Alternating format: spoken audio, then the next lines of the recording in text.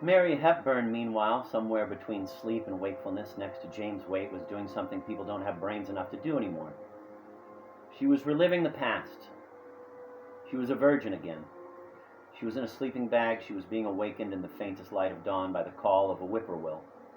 She was camping in an Indiana state park, a living museum, a patch of what the area used to be before Europeans decreed that no plant or animal would be tolerated which was not tamed and edible by humankind.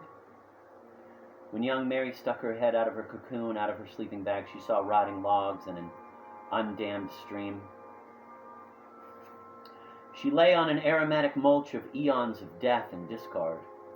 There was plenty to eat if you were a microorganism or could digest leaves, but there was no hearty breakfast there for a human being of 1,030 years ago. It was early June. It was balmy. The bird call was coming from a thicket of briars and sumac 50 paces away. She was glad for this alarm clock, for it had been her intention when she went to sleep to wake this early, and to think of her sleeping bag as a cocoon, and to emerge from it sinuously and voluptuously, as she was now doing, a vivacious adult. What joy, what satisfaction. It was perfect, for the girlfriend she had brought with her slept on and on. So she stole across the springy woodland floor to the thicket to see this fellow early bird. What she saw instead was a tall, skinny, earnest young man in a sailor suit, and it was he who was whistling the piercing call of a whippoorwill.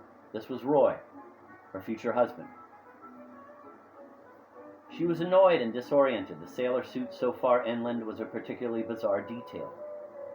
She felt intruded upon, and that perhaps she should be frightened as well, but if this very strange person was going to come after her, he would have to get through a tangle of briars first. She had slept in her clothes, so she was fully dressed save for her stocking feet. He had heard her coming. He had amazingly sharp ears, so did his father. It was a family trait. And he spoke first. "Hello," he said. "Hello," she said. She would say later that she thought she was the only person in the Garden of Eden. And then she came upon this creature in a sailor suit who was acting as though he already owned everything.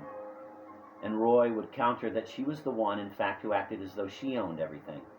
"What are you doing here?" she said. "I didn't think people were supposed to sleep in this part of the park," he said.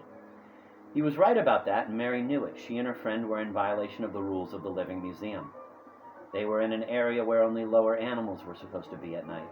"You're a sailor?" she said. And he said yes, that he was, or had been until very recently.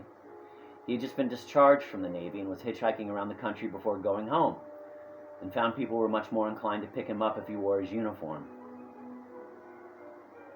It would make no sense today for somebody to ask, as Mary asked Roy, "What are you doing here?" The reasons for being anywhere today are so invariably simple and obvious.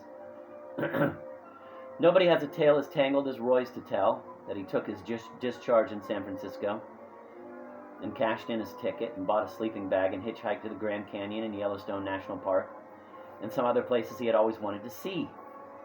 He was especially fascinated by birds and could talk to them in their own languages. So he heard on a car radio that a pair of ivory-billed woodpeckers, a species believed to have been long extinct, had been sighted in this little state park in Indiana. He headed straight for there.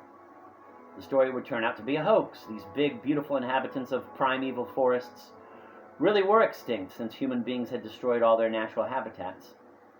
No longer was there enough rotten wood and peace and quiet for them.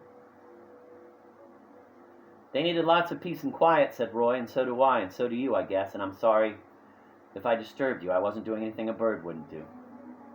Some automatic device clicked in her big brain, and her knees felt weak, and there was a chilly feeling in her stomach.